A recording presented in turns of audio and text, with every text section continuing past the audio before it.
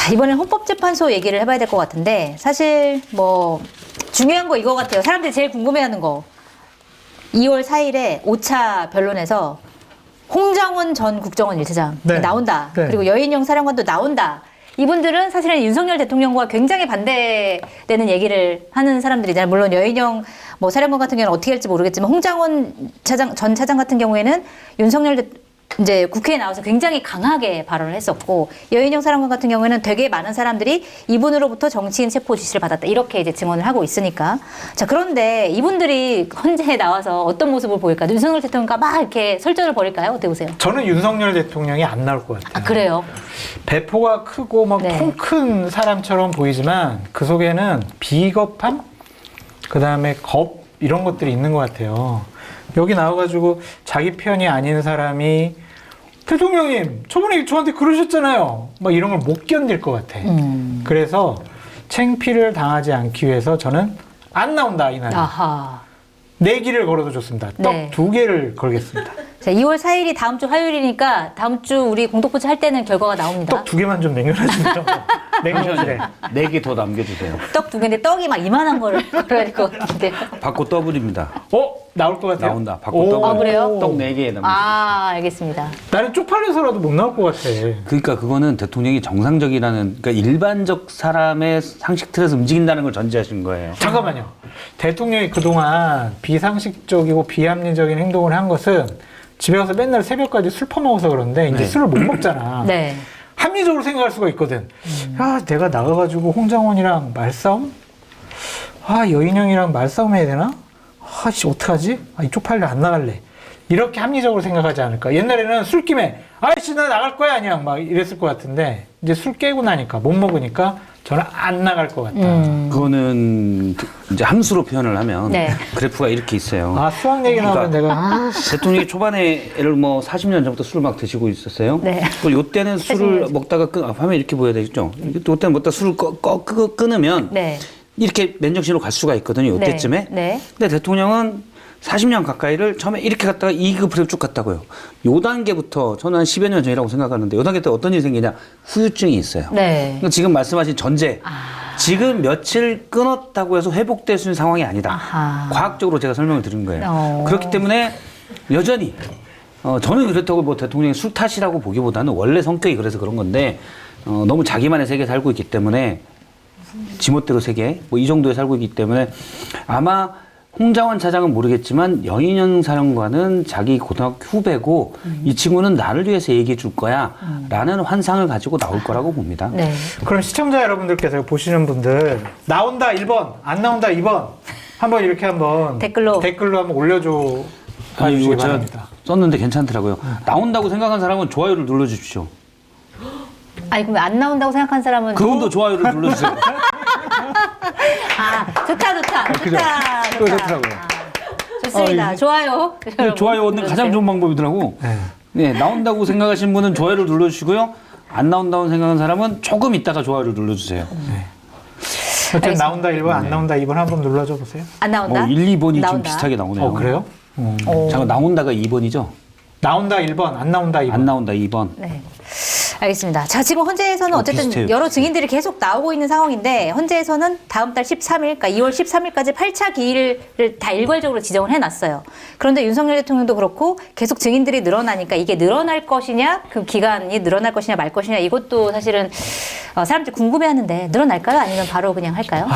그래도 한 번쯤은 더 기회를 줄 것 같아요. 그러니까 재평아님 정말 이거는 꼭 한번 우리 증인 얘기 들어봐야 됩니다. 그리고 제가 아직 못 드린 말씀이 있습니다. 이 얘기는 좀 듣게 해주세요. 좀 말씀 좀 하게 해주세요. 이렇게 할 것 같아요. 그렇다고 현직 대통령 신분인데 그걸 완전히 무시하기는 어려울 것 같고, 한두 번 정도 기회를 더 잡고 3월 말이나 4월 초라고 좀 원래는 예상을 했는데, 네. 3월 중순, 3월 18일 네. 그 정도에 헌재가 좀 심판하려고 하지 않을까. 그래서 한 보름 정도, 많은 진보 쪽에 계신 분들은 2월 말 3월 초 얘기하시더라고요.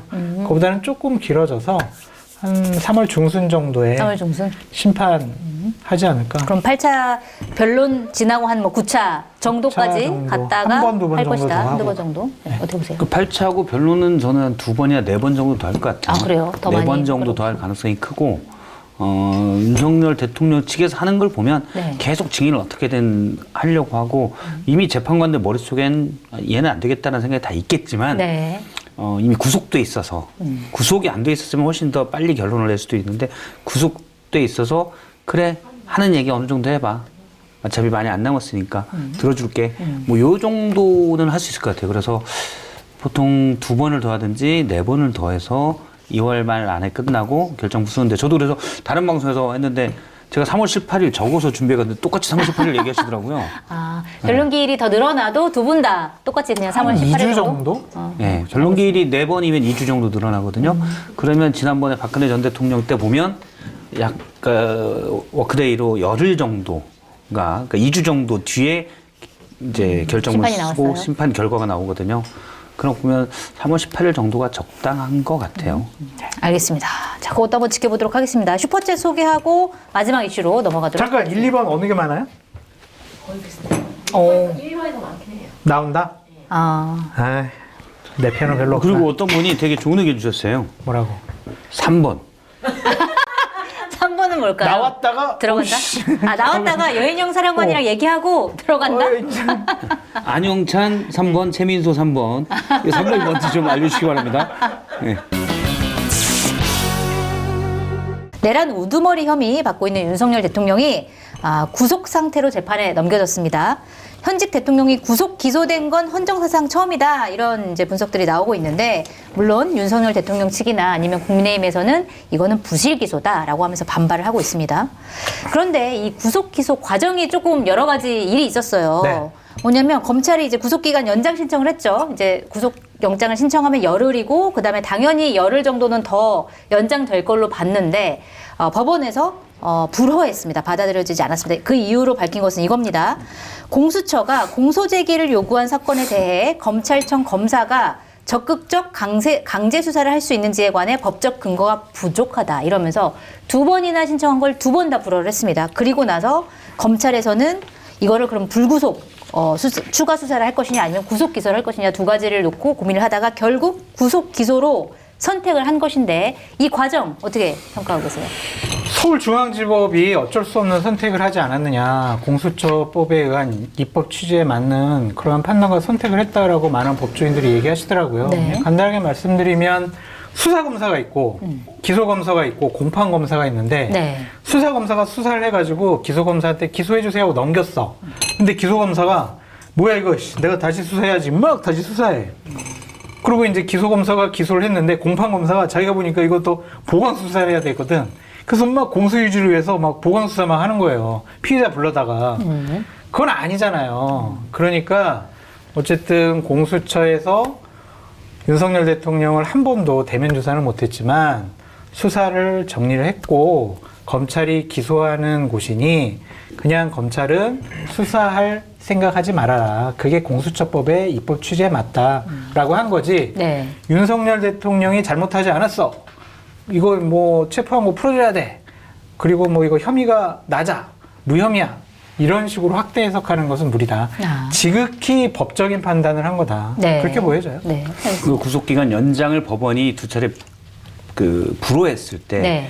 많은 분들이 상당히 긴장했거든요. 맞아요. 저러다 주말에. 풀어나는 거 아니야? 네. 갑자기 이게 무슨 일이지? 근데 법조계 인사들에게 물어보니까 이건 좀 당연한 거다라고 얘기를 하더라고요. 사실 저도 그래서 좀 안심이 됐는데, 네. 그래서 공수처법을 찾아보니까 아예 이렇게 돼 있습니다. 오.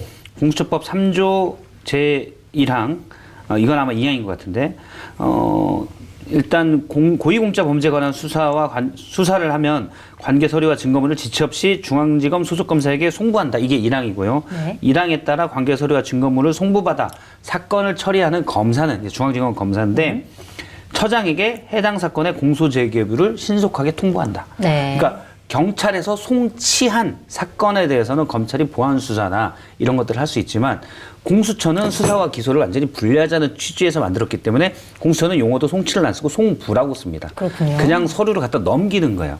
넘기면 검사는 이걸 보고 판단만 하는 겁니다. 공소제기 할지 말지. 그렇기 때문에 추가로 구속기간의 연장은 추가로 수사할 기간을 달라라는 건데, 그렇죠. 판사가 볼 때는 법에 너희들이 그런 거 하라고 하지 않았어. 너는 공소할지 말지만 결정해.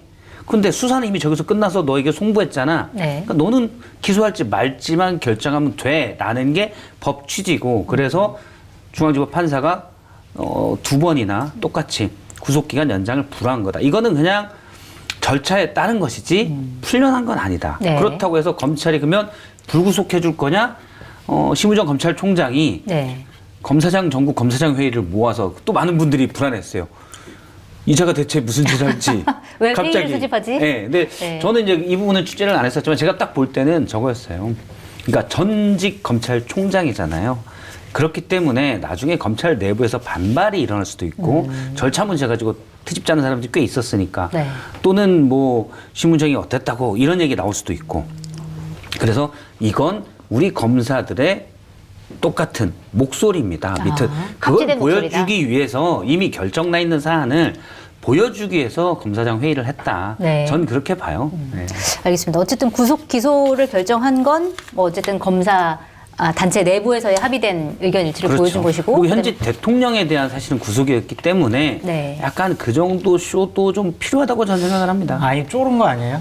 예? 나 혼자 결정해가지고 고독한 결단을 통해가지고 책임을 지지 않기 위해서 책임 분산. 나를 임명한 대통령을 내 손으로 내가 기소를 했어. 구속 기소를.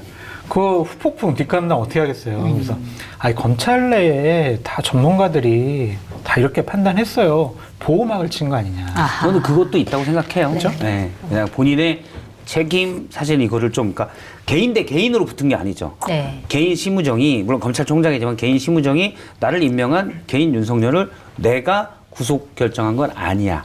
이거는 우리 검찰 조직이 그렇게 한 거야라는 걸 보여주기 위한 쇼도 있다고 봐요. 여러 가지 이제 복합적인 이해관계라고 해도 전략 때문에 그랬을 거라고 생각을 합니다. 아, 네. 겁나겠지.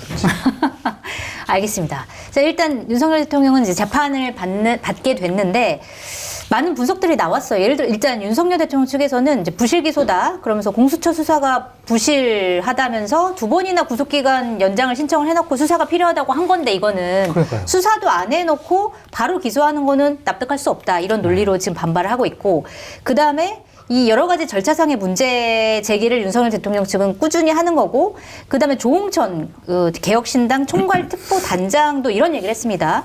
이게 독수독과라는 얘기를 했어요. 이게 뭐냐면 그러니까 공수처나 검찰이나 내란죄 수사권이 없기 때문에 직권남용으로 수사를 하다가 내란죄로 넘어간 거에 대해서 절차적인 문제 제기가 분명히 있을 수밖에 없고 나중에 재판으로 가더라도 공소 제기한 것 자체를 가지고 공소가 무효가 될 수가 있다. 맞아요. 그러니까 이거는 절차적인 부분도 재판에서 문제가 될 것이다. 이렇게 얘기를 했거든요. 이런 거는 재판에서 문제가 될 여지는 없을까? 어떻게 보세요?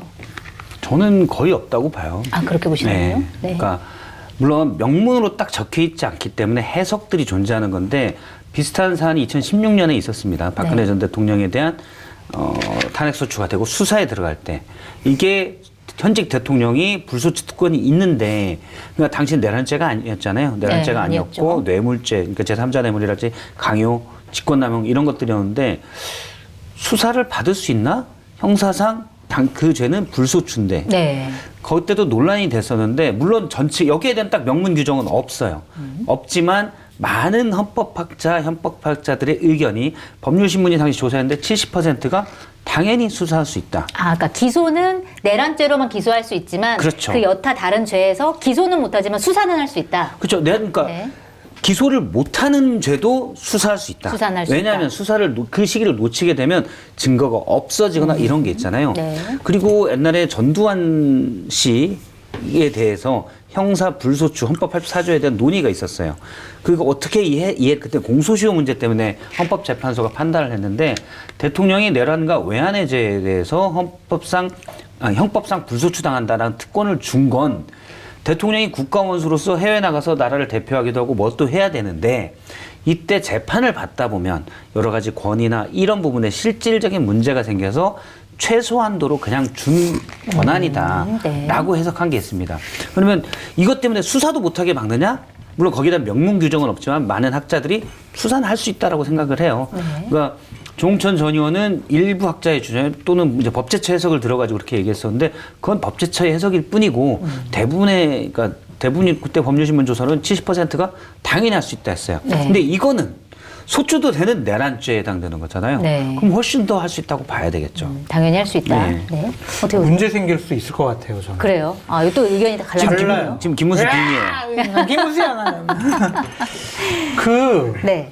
송영길 의원 같은 경우에도 돈봉투 건과 관련해서는 다 무죄 무혐의 났어요. 네. 왜냐하면은 이정근 전 사무부총장과 관련된 그 증거 자료 확보가 불법적이었다. 그거를 송영길 재판에 쓰는 것도 안 된다. 네. 그리고 다 무혐의 났다니까요. 그러니까 내란죄 수사를 할 수 없는 공수처 검찰이 수사를 해서 기소를 했다. 너희들 고난이 없는 짓을 했어. 이거는 각하, 기각 이렇게 될 수도 있지 않을까라고 많은 법조인들이 얘기를 하시더라고요. 갈리더라고요, 의견이. 네. 네. 근데 우리가 이 되게 중요한 문제잖아요. 현직 대통령 기소와 재판은. 네. 하나라도 절차적인 정당성에 대해서 비판을 받거나 흠집이 있으면 안 된다고 생각이 드는데 네. 제가 아는 주위에 있는 법조인 분들은 상당히 많이 걱정하더라고요. 이 부분에 대해서. 네. 그냥 법원이 형식적으로 법의 논리만 갖고 판단을 하게 되면 이거는 바로 권한 없음, 각하 네. 이렇게 될 수가 있다. 그런데 일단 구속영장이 발부됐다라는 거는 수사권이 없지만 내란죄를 어쨌든 직권남용죄를 연계해서 내란죄를 수사할 수 있다라는 걸 인정한 거 아닌가요? 일단 서부지법과 법원은? 중앙지법은 또 다른 판단을 했다. 뭐 그런 얘기도 하면서 네. 하여간 이거는 대단히 좀 눈여겨봐야 될 것 같다. 이 부분 현재 이제 대통령 내란죄 수사와 재판 과정에서 유일하게 좀 찜찜한 대목이 이 부분이다. 이런 얘기를 많이 하시더라고요. 자, 일단은 법에는 그렇게 공수처법에는 나와 있습니다. 그러니까 그 2항에 까먹었다. 죄송합니다. 이런 게 좀 착착 외워야 뭔가 있어 보이는데 아까 이해한 말씀하셨는데. 공수처법 아까 2조에 네. 수사 대상에 대한 게 나와요. 네. 거기에 고위공직자 범죄 수사 중 적어왔어요. 찾으면 될 거예요. 네.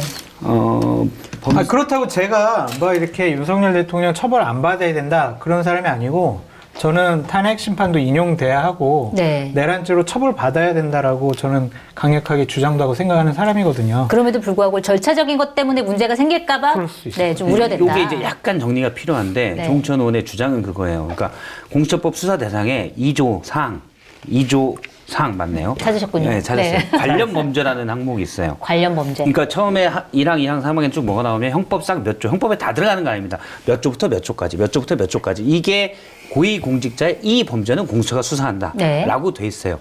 쭉쭉쭉 있고 여기엔 물론 내란죄가 안 들어갑니다. 직권남용죄나 뭐 직무유기 무슨 이런 것들은 다 들어가죠. 내란죄는 안 들어가요. 그런데 관련 범죄라는 항목이 있습니다. 네. 여기에는 앞에 나온 죄에 수사 과정에서 인지한 직접 관련이 있는 이 해당 당사자가 지은 죄. 네. 이게 들어가요. 그러면 직권남용이 있기 때문에 이 직권남용에 직접 관련 범죄로 내란죄를 할 수 있다는 거죠. 직권남용을 해서 내란을 저질렀으니까 네. 공수처는 이 논리예요. 그리고 수사권에 대해서는 아마 뭐 지금 여러 체포영장들이 다 받아들여지고 체포적부심이 기각되고 이런 것들은 다 법원이 이거에 대해서 수사권을 인정해줬다고 판단해야 되는 거죠. 영장도 발부되고 이런 것들이 다.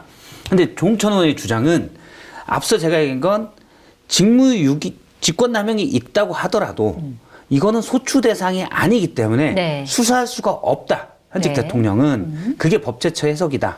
그렇기 때문에 이거를 걸고 들어가서 내란죄를 수사할 수 없다라고 하는 거예요. 네. 그게 조홍천 의원의 주장인데 이미 그건 2016년에 이미 그러니까 소추가 안 되는 죄로 수사할 수 있느냐?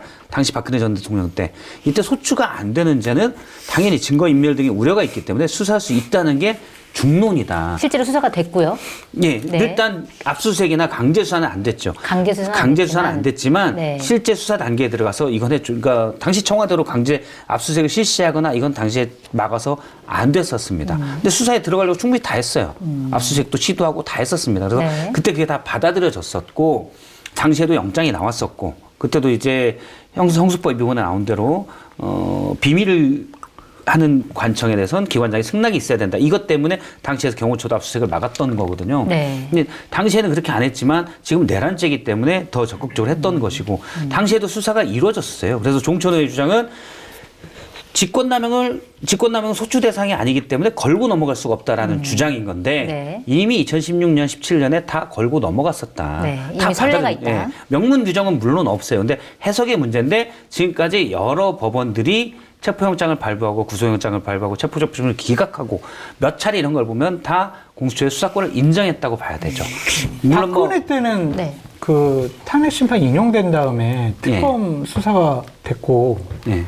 거기서 이제 기소하고 수사하고 그런 거 아니에요? 파면된 그때 이후인가요? 기소가 됐지만 네. 파면된 이후에. 예, 그거는 파면된 이후에 기소가 됐지만 그 전에도 특검에서 수사하려고 들어갔었습니다. 파면 그게 이전에도? 이루어지지가 않았었죠. 네. 압수수색을 막아서. 네. 그래서 수사 절차는 들어갔지만 이게 중단됐다고 봐야 되겠죠. 차이점은 강제 수사를 했느냐 마느냐 약간 네, 그 차이가 시도냈지만 차이가 안 됐다고 있겠네요. 보는 게 맞는 것 같아요. 그래서 요거는 또 법원에서 당시 아마 치열하게 검찰에서도 그래요? 현직 다툴 것 대통령에 대한 압수수색을 들어갔었어요. 법조인들이 알아서 하라고 그래. 그때 무슨 문이죠? 그 무슨 문에서 다 막혔었잖아요. 영풍문. 거기서 연풍문에서 다 네. 막혔잖아요. 이거 자체가 수사에 들어간 거예요. 압수수색으로. 알겠습니다. 이미 선례가 있기 때문에 가능하다. 뭐 물론 근데 윤석열 대통령 측에서는 전체적인 문제 제기는 계속할 것 같은데 법원에서 좀 어떻게 판결할지 좀 지켜보도록 하고요. 일단 절차적인 문제 말고 내용을 좀 봐야 될 것 같아요.